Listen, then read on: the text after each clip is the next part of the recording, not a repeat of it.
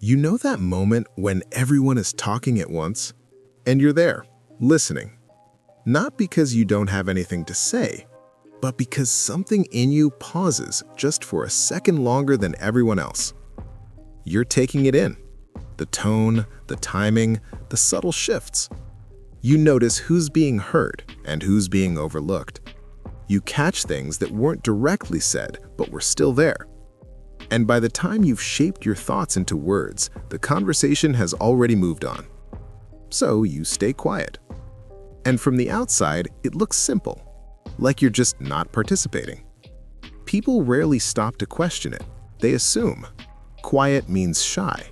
Quiet means unsure. Quiet means you don't have much to add. And over time, those assumptions can start to feel strangely personal.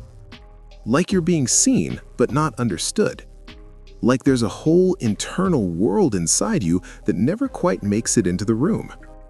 But this pattern, this way of being, it's not random, and it's not a flaw. There's more going on here than people realize. People who stay quiet in groups often have a very different relationship with information. In psychology, there's a concept known as deep processing. It simply means the brain doesn't rush to respond.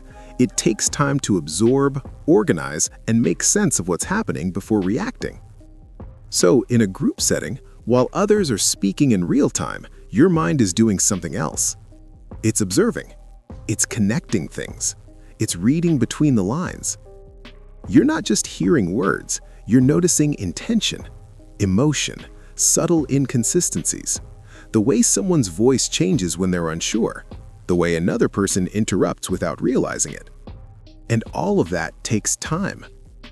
There's also something happening on a neurological level. Some people naturally have a more sensitive nervous system, not in a fragile way, but in an aware way.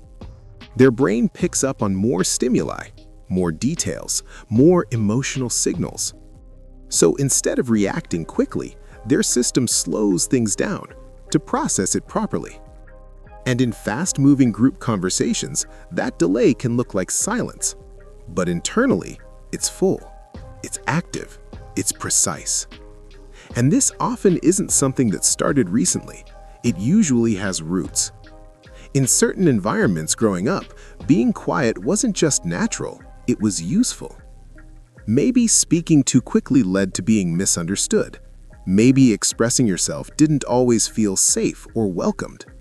Or maybe you simply learned that observing people gave you more clarity than reacting to them. So your system adapted. It learned to pause, to watch, to understand before engaging. And over time, that became your default. Not because you lack confidence, but because your brain learned that accuracy matters more than immediacy. And it's important to say this clearly. This way of being isn't better or worse than being someone who speaks easily. Some people think out loud. They find clarity through expression. Others think internally. They find clarity before expression. Both are valid. Both have strengths. But they move at different speeds. And that difference can create a subtle tension, because the world often rewards the faster response, the quicker voice, the person who fills the silence. So if you've ever felt like you're falling behind in conversations, or like you're missing your moment, it's not because you don't have something to offer. It's because your mind is working on a different rhythm. There's also a side to this that people don't talk about much. When you stay quiet, people don't always know how to read you. And when people don't understand something, they tend to fill in the blanks. Sometimes they assume you're distant, or uninterested, or judging, even when none of that is true. And over time, that can create a subtle kind of distance, where you understand others quite deeply, but feel like very few people truly understand you. It's a strange imbalance. You see more than you say. You feel more than you show. And because of that, parts of you remain unseen, not because they're not there, but because they're rarely expressed out loud. That can feel aloning in a way that's hard to explain, because technically you're included, you're there. But internally, it can feel like you're experiencing everything from a slight distance. At the same time, There's something quietly powerful in this. When you do speak, it usually means something. It's considered, intentional, thought through. You're not speaking just to fill space, you're speaking because there's something worth saying. And people notice that even if they don't always realize why. You also develop a kind of awareness that isn't easy to teach. You read people well. You notice patterns. You pick up on things that others overlook.